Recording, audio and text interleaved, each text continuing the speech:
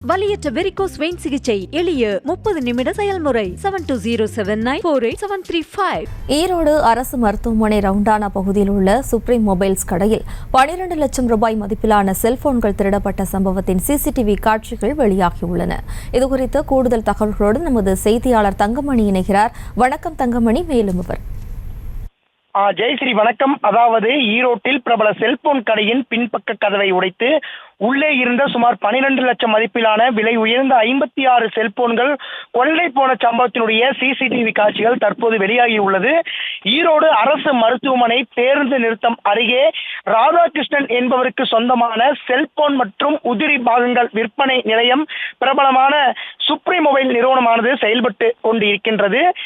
இந்த செல்போன் கடையில் மேலாளராக திருப்பூரை சேர்ந்த வினோத் உள்ளிட்ட ஏராளமானோர் பணியாற்றி வருகின்றனர். இந்த நிலையில நேற்று வழக்கம் போல் கடையை பூட்டிவிட்டு சென்றுவிட்டு இன்று காலை கடையை திறந்து பார்த்த பொழுது கடையில் இருந்த செல்போன்கள் காணாமல் போயுள்ளனர். மேலும் கடையின் பின்பக்க இரும்பு சீட்டுகள் உடைக்கப்பட்டிருந்தது உள்ளனர். இது குறித்து கடைக்கு எதிரே உள்ள அரசு மருத்துவமனை போலீசாருக்கு தகவல் தெரிவிக்கப்பட்டது. சம்பவ இடத்திற்கு வந்த போலீசார் தடயங்களை கைப்பற்றி விசாரணை நடத்தி வருகின்றனர். போலீசார் நடத்திய முதற்கட்ட விசாரணையில் 12 லட்சம் மதிப்பிலான 56 செல்போன்களும் மேலும் கடையில் வைக்கப்பட்டிருந்த 19,000 ரூபாய் பணத்தை மர்ம நபர் கொள்ளையடித்தது தெரிய வந்தது.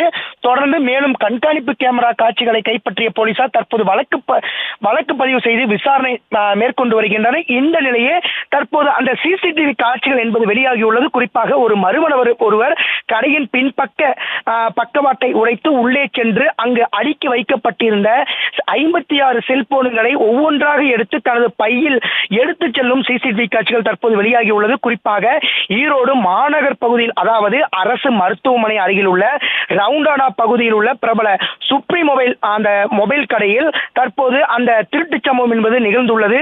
குறிப்பாக 24 மணி நேரமும் அந்த ரவுண்டானா பகுதியில் போலீசார் கண்காணிப்பு பணியில் ஈடுபட்டு வந்திருந்தாலும் கூட தற்போது இந்த பகுதியில் அந்த திருட்டு சம்பவம் என்பது நிகழ்ந்துள்ளது. குறிப்பாக திருட்டு சம்பவங்களை தடுக்க 24 மணி நேரமும் போலீசார் ரோந்து பணியில் மேற்கொள்ள வேண்டும் என்பது பொதுமக்களுடைய கோரிக்கையாக உள்ளது. குறிப்பாக போலீசார் தற்போது அந்த குற்றவாளிகளை தேடும் பணியில் ஈடுபட்டு வருகின்றனர். செய்திகளை உடனுக்குடனும் துல்லியமாகவும் தெரிந்து கொள்ள சப்ஸ்கிரைப் பண்ணுங்க.